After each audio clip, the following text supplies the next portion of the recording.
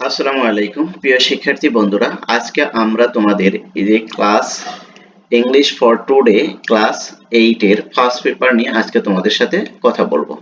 দেখো, এটা কিন্তু দ্বিতীয় ইউনিট। এই যে দেখো, এখানে আছে যে unit 2 food and nutrition. Okay, food এবং পুষ্টিকর, এটা নিয়ে আজকে আমরা তোমাদের সাথে আলাপ করব। লেসনটা হলো অন এবং গুড ফুড। ওকে, দেখো কিওয়ার্ডটা একটু আমরা দেখে নেব। কিওয়ার্ডটা কি আছে? নিউট্রিটিয়াস। দেখো, এটা হলো পুষ্টিকর, তারপরে সাবস্টেন্স কোনো পদার্থ বা বস্তু, তারপরে দেখো ফিজিক্যাল মানে কি দৈহিক যেটাকে বলা হয়, আর স্ট্রাকচার মানে হচ্ছে তোমার গঠন বা কাঠামো। ওকে, ফ্রেমওয়ার্ক যেটা ফিজিক্যাল, এটাকে তুমি এখানে কি অ্যান্টোনিম হিসেবে তুমি মেন্টাল দিতে পারো। ঠিক আছে, তারপরে সাবস্টেন্স, এগুলো তোমাদেরকে আমরা পরে দেখাবো আরো ভালো করে। ঠিক আছে, আপাতত তোমরা এতটুকু জানো।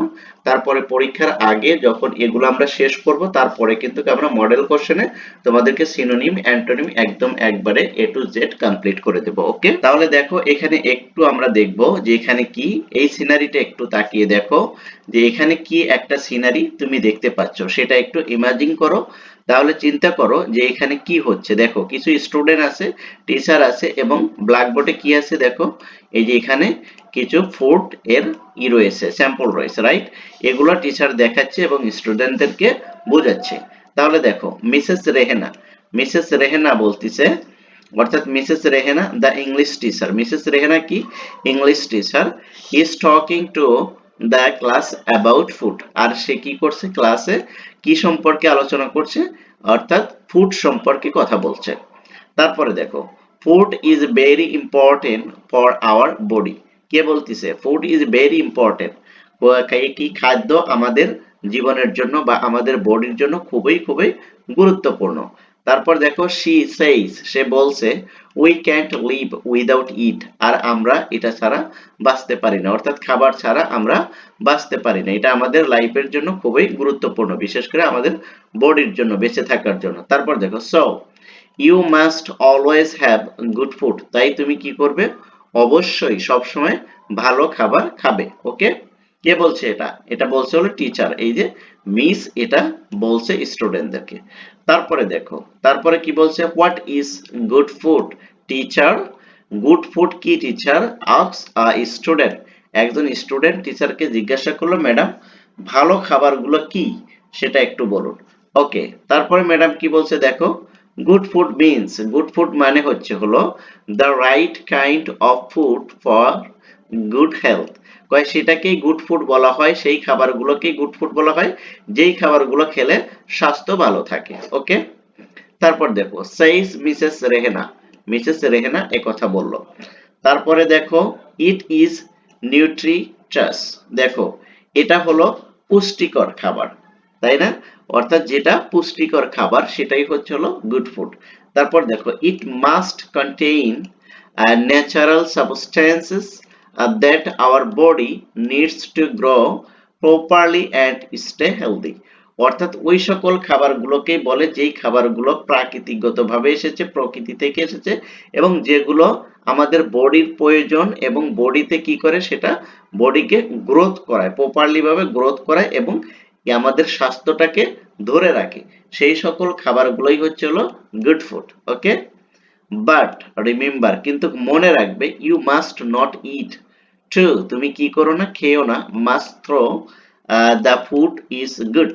ওকে, ভালো খাবার এই জন্য যে তুমি অতিরিক্ত খাবে সেটাও করবে না। Eating too much is bad for health.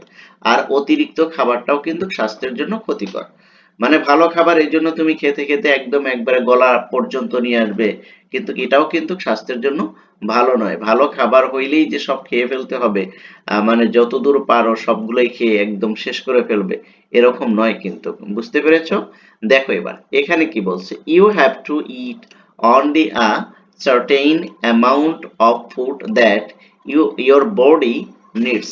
অর্থাৎ তুমি অতটুকুই খাও যতটুকু তোমার বডিতে প্রয়োজন বা তোমার বডির জন্য প্রয়োজন, ততটুকু খাও, কিন্তু বডির উপর প্রেসার করে অতিরিক্ত খাওয়াটা স্বাস্থ্যের জন্য ক্ষতিকর। তারপর দেখো, সো তাই we do not need the same kind of food. তাই আমাদের কি করতে হবে? প্রতিদিনই বা প্রতিনিয়তই একই ধরনের খাবার খাওয়া যাবে না ইন দ্য সেম কোয়ান্টিটি। একই ধরনের খাবার বা একই কোয়ান্টিটির খাবার আমাদের খাওয়া যাবে না। কেন খাওয়া যাবে না?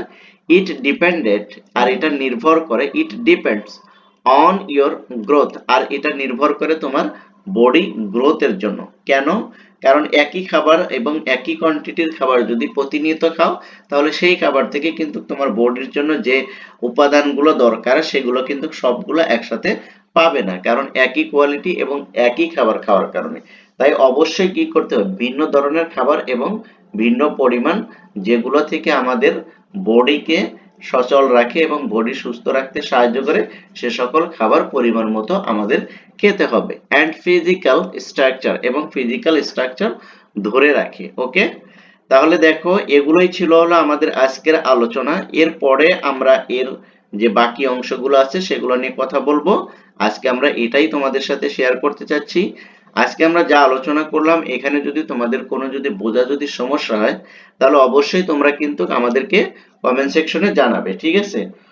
দেখা গেল যে তোমরা যেটা বুঝতে পারছো না সেটা যদি আমাদের সাথে যদি কমেন্ট সেকশনে শেয়ার না করো, তাহলে কিন্তু আমরা বুঝতে পারবো না যে আসলে তোমাদের সমস্যাটা কি হচ্ছে। যদি তোমরা সমস্যাটা আমাদের সাথে শেয়ার করো, তাহলে কিন্তু আমরা খুব সহজেই কিন্তু তোমাদের সাথে সেটা শেয়ার করে দেব, যাতে করে তোমরা এখান থেকে শিখতে পারো। দেখো এখানে তোমাদেরকে আমি একটু এই যে সিনোনিম অ্যান্টোনিমটা একটু বলে দিচ্ছি। দেখো একটু খেয়াল করো, নিউট্রিটিয়াস, দেখো নিউট্রিটাস, এটা যদি আমরা যদি করি, এর সিনোনিমটা কি আসে? হেলদি। সিনোনিমটা কি আসে? হেলদি। তারপরে দেখো এর অ্যান্টোনিম কি আসে? নিউট্রিটিয়াস এর অ্যান্টোনিম আসে হলো আনহেলদি। কি আসে? আনহেলদি। ওকে, তারপরে দেখো, তারপরে কি আছে? সাবস্ট্যান্সেস। সাবস্ট্যান্সেস মানে কি? উপাদান, বস্তু, পদার্থ, যেটাই বলো না কেন, এটাকে আমরা কি সিনোনিম হিসেবে ম্যাটেরিয়াল বলতে পারি। সিনোনিম হিসেবে কি বলতে পারি? ম্যাটেরিয়াল বলতে পারি, অথবা ম্যাটার বলতে পারি, কন্টেন্ট আমরা বলতে পারি, ঠিক আছে? তারপরে দেখো ফিজিক্যাল, সরি, সাবস্ট্যান্সেস এর অ্যান্টোনিমটা আমরা দেখে নিই। এর অ্যান্টোনিম হচ্ছিল নাথিংনেস। নাথিংনেস, দেখো এটা নাথিংনেস মানে কোনো কিছুই না। তারপরে দেখো ফিজিক্যাল, ফিজিক্যাল এর আমরা সিনোনিম হিসেবে যেটা পাই সেটা হলো ম্যাটেরিয়াল। ম্যাটেরিয়াল, ওকে, ম্যাটেরিয়াল অথবা কি কর্পোরেল। কর্পোরেল, সি ও আর পি ও আর ই এ এল, কর্পোরেল। ওকে, তারপরে দেখো এর অ্যান্টোনিমটা, দেখো অ্যান্টোনিমটা হচ্ছিল mental, M E N T L, mental এর অ্যান্টোনিম। তারপরে দেখো, অথবা তুমি এটার অ্যান্টোনিম নন ফিজিক্যালও দিতে পারো, হয়ে যাবে। তারপরে দেখো স্ট্রাকচার, স্ট্রাকচারের সিনোনিমটা কি? ফ্রেমওয়ার্ক, এটা আমি আগেই বলে দিয়েছিলাম, ফ্রেমওয়ার্ক। ওকে, আর দেখো এর অ্যান্টোনিমটা ডিসঅর্ডার, অ্যান্টোনিমটা কি দিবে? ডিসঅর্ডার। আশা করি তোমরা বিষয়টা বুঝতে পেরেছো। তারপরেও যদি না বুঝতে পারো, তাহলে অবশ্যই তোমরা আমাদেরকে কমেন্ট সেকশনে জানাবে। আর তুমি যদি আজকে আমার এই ক্লাসে যদি নতুন জয়েন করে থাকো, তাহলে অবশ্যই চ্যানেলটি সাবস্ক্রাইব করবে। আর তোমরা যদি আগের ভিডিওগুলো যদি না দেখে আসো, তাহলে অবশ্যই তোমরা এই চ্যানেলের প্লেলিস্টে ঢুকে চ্যানেলের প্লেলিস্ট থেকে তোমরা পূর্বের ভিডিওগুলো দেখে তোমাদের সময় মতো তোমরা সেগুলো শিখে নিতে পারবে। তো এ পর্যন্তই রাখতে চাচ্ছি। ভিডিওগুলো যদি ভালো লাগে তাহলে অবশ্যই লাইক, কমেন্ট, শেয়ার করে দিয়ে সবাইকে দেখার সুযোগ করে দিবে। Thank you so much. আল্লাহ হাফেজ।